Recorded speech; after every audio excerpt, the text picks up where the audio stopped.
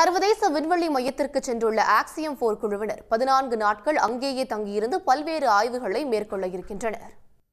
சர்வதேச விண்வெளி மையத்திற்கு பயணம் மேற்கொண்ட டிராகன் விண்கலம் ஸ்பேஸ்எக்ஸ் நிறுவனத்தின் ஃபால்கன் ராக்கெட்டின் உதவியோடு 28.5 மணி நேர பயணத்திற்கு பின்னர் அங்கு சென்றடைந்தது.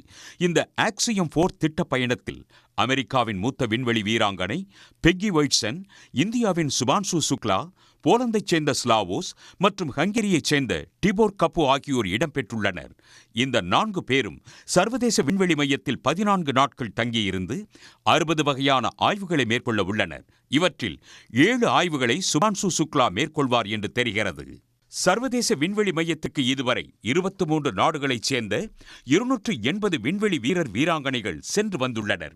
சுனிதா வில்லியம்ஸ் உள்ளிட்ட இந்திய வம்சாவளியைச் சேர்ந்தவர்களும் சென்று வந்துள்ளனர் என்ற போதும் இந்திய தேசிய குடிபதித்த விண்வெளி ஆடையை அணிந்து இஸ்ரோவில் இருந்து சென்றுள்ள முதல் இந்திய குடிமகன் சுபான்ஷு சுக்லா ஆவார். விண்வெளிக்கு மனிதர்களை அனுப்பும் இந்திய விண்வெளி திட்டமான ககன்யான் திட்டத்தின் கமாண்டராக செயல்பட உள்ள சுபான்ஷு சுக்லாவுக்கு இந்த பயணம் மிகப்பெரிய அனுபவத்தை கொடுக்கும் என்று எதிர்பார்க்கப்படுகிறது. உடனுக்குடன் செய்திகளை தெரிந்து கொள்ள சன் நியூஸ் பெல் ஐகானை கிளிக் பண்ணுங்க.